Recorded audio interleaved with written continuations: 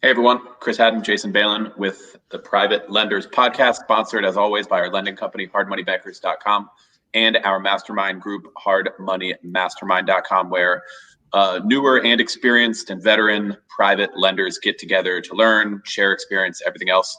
And our podcast, this one here, is an extension of that. So thank you for checking it out. Today, we are going to be discussing 3 different ways that you can make money in hard money. There is brokering deals, there is lending your own money, and there's lending other people's money and running a full-on hard money operation.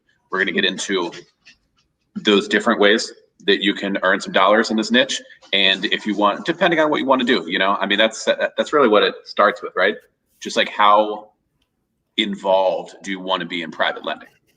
Yeah, that's right. And I think so many people think hard money lending is more brokering, which is completely wrong, because the brokering side is there's just just not enough money to be made if you're just brokering loans over and over and over.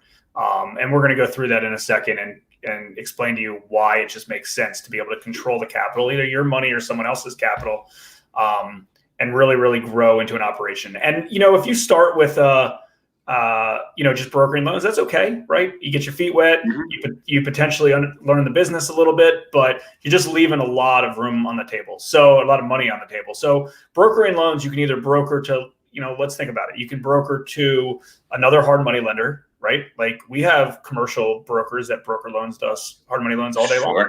Yeah, right. Sure. So you can do that. You could potentially broker to an institutional backed hard money lender or a bank.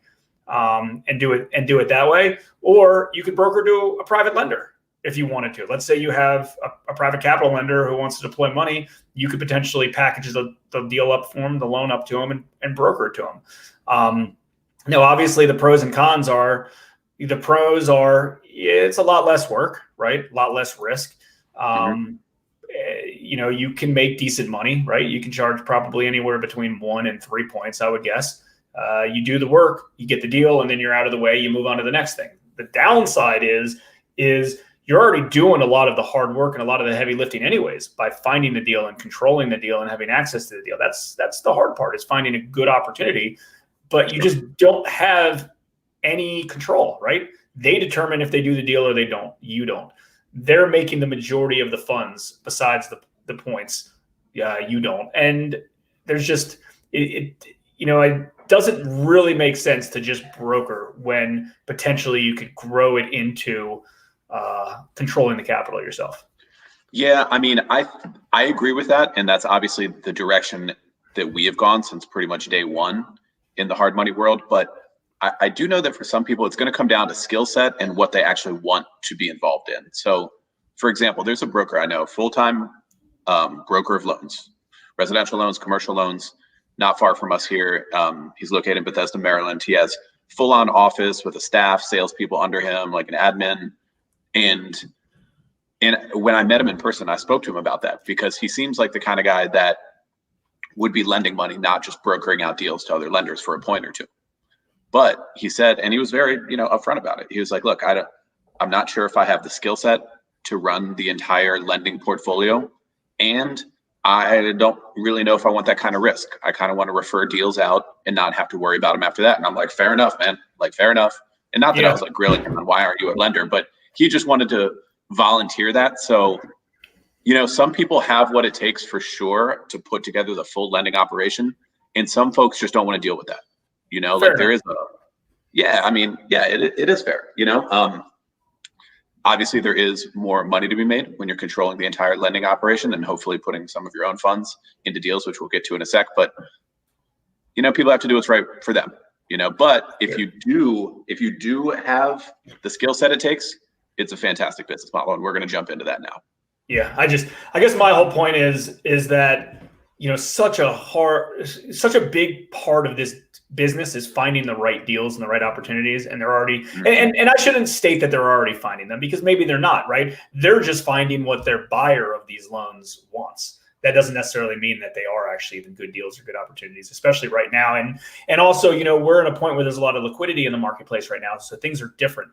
When we started, for the first many years, or I would say probably the first eight or 9 years, everywhere up until the last 5 years, when there's been more liquidity in this space, there wasn't a lot of brokers involved because, there was just, I don't know, there was just less deals back then, maybe, or I don't know. So it's always interesting, but I believe that it's going to be harder for a broker, just a broker, to make a living and to create a decent sized portfolio in a business as the markets shift and as the markets change. I just do. Right now, I mean, think about it. You go to a broker, you try to shop for your best terms and your best rate.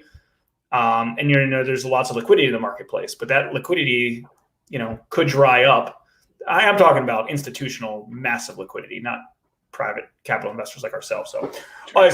So let's talk about if you're just an individual investor, capital investor, and you have the money yourself, and that's might not be the case for everybody, but let's just say you have the capital yourself and you just want to lend out your own money and do it your way. It's great. Like, that's a great solution. And our belief is anybody who gets into hard money lending or private lending should be doing it for the strong investment vehicle that it is.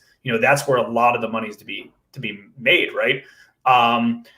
So let's say you're out there and you're a passive, you're a private investor. I think a lot of private investors undervalue themselves and they think they need to lend out cheaper, right? I know a lot of them that says, okay, well, I don't have a lot of deal flow, so I'm just going to lend out at 8-2 or 10-2, whatever the market is, or 10-0, whatever the case is. But I truly believe that private lenders and hard money lenders, their terms should be aligned, right? Like, what's the point of lending out at 10? Let's say you have $500,000 to deploy.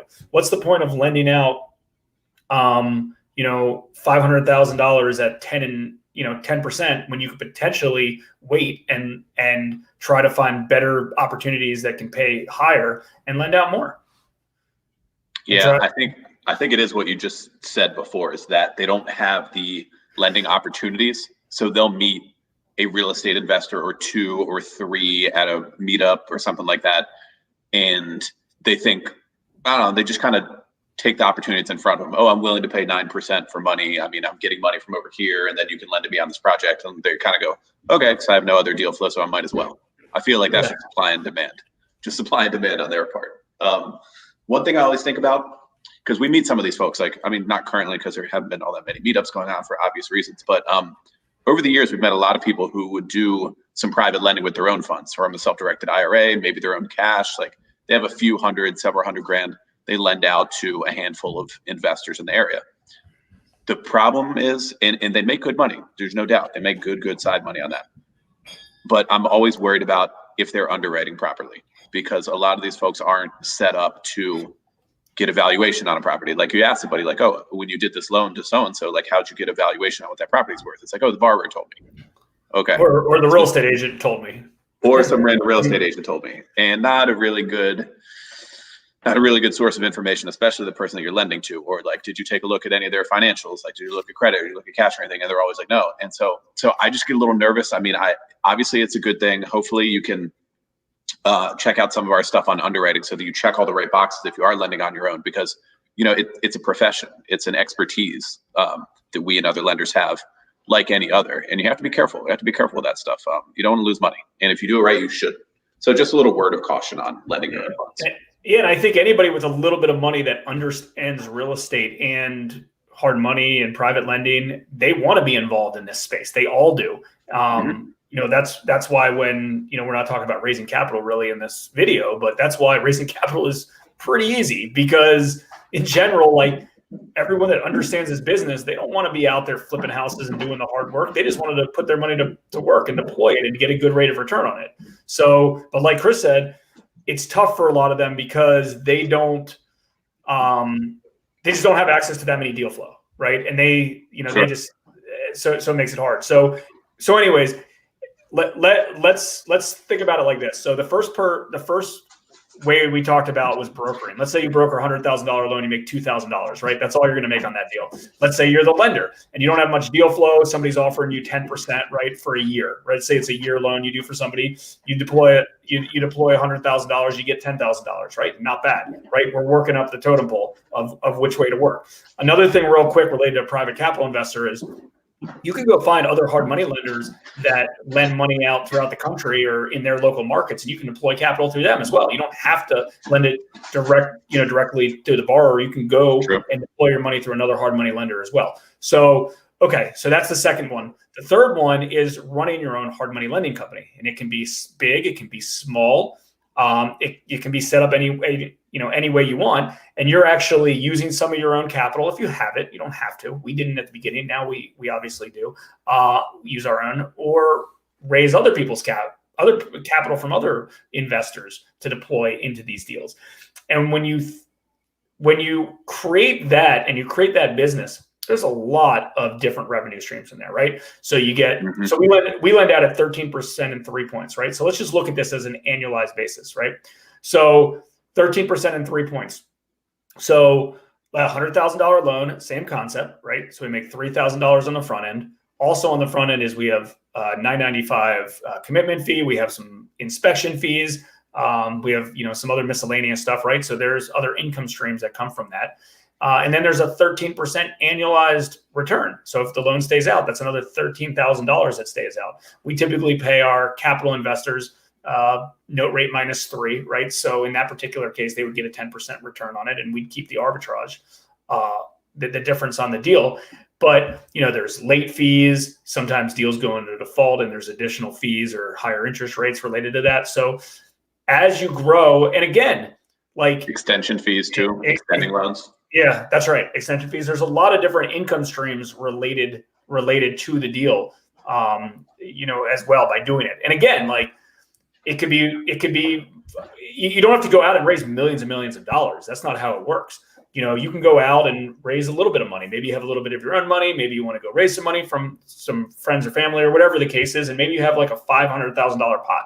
If you have $500,000 and it's your operation by yourself, or you're raising $500,000 and it's your operation by yourself, there's a lot of money that can come in on an annualized basis like that. A lot of money, just by setting up. I mean, you can almost make 6 figures just by lending that out a year based on all these income streams. Yeah. I mean, if you can get a full 20% on that money, like that would be very healthy, but you're absolutely right. Even at a small scale, that's one of the great things about this business that we mention frequently, is that even at a small scale, the numbers are good. And that's why people should maintain their margins in the fees that come in. And private money, costs more than bank money. It's just the way it is in any niche of finance. And yeah, I mean, it starts coming from all angles. Like if you think about the servicing fee, that 3% servicing fee and 10% to the investor, which they're super happy about, right around an 80-20 split, 20% of every payment that comes in the door, like that's a lot. And that adds up quickly. Plus the upfront stuff, and then you get some late fees throughout. It works out very, very nicely. So yeah, just to circle back how we started this, I would think about your skill set, what you are capable of doing, and what you want to do in terms of, do you just want to work on the sales and marketing side, broker deals, place deals with other lenders and be out at that point because you don't feel like maybe you want to deal with the whole back office and loan portfolio? And it is a lot more stuff. There's no doubt about it, but there's a lot more revenue that comes from it as well. So if you feel like that is for you and you do want to run the investor relations, raising capital, back office accounting, loan portfolio stuff, defaults, that's another thing, defaults and all the legal stuff that comes with the portfolio. If you want to jump into that like we do and like we recommend for people who have the wherewithal to do so, it's a great business, fantastic business, recommend it up and down. And over time, obviously the point is to start lending your own money, to keep putting your own funds into your own lender account inside your system. And over time that gets real. Over time it gets bigger and bigger, grows on its own, constantly contributing to it, monthly, quarterly, whatever it may be. And that's the long-term goal. That's the real long-term play, because if you're the lender as well, you make about double. So nothing wrong with that. Yeah, that's right. Yeah. So those are obviously the ways to make money inside hard money lending. Figure out which works best for you. I wish I had a copy of our new book, our free book, hardmoneysecrets.com, and it's right over there. I don't feel like getting up and getting it, but that's okay. If you have not gotten your free copy of hardmoneysecrets.com, take a look. It's a good detailed book, physical book that we mail out to you. It's a good detailed book with the entire business model. It's really the entire business model. And again, you kind of pick based on what you want to be. If you want to be a broker, do you want to just lend out your own money? Do you want to create a hard money company? It goes through everything related to everything: finding deals, underwriting deals, processing deals, raising capital, defaults, funding, everything. Everything's kind of in that book. So if you have not gotten your copy yet, go to hardmoneyfreebook.com and get your copy. And check it out. It is free. All you got to do is pay for shipping. So we're doing that for a while. We want to get into as many hands as we can. So check it out, hardmoneyfreebook.com. I think that's good for today. Cool, guys. We'll see you next week on the Private Lenders Podcast.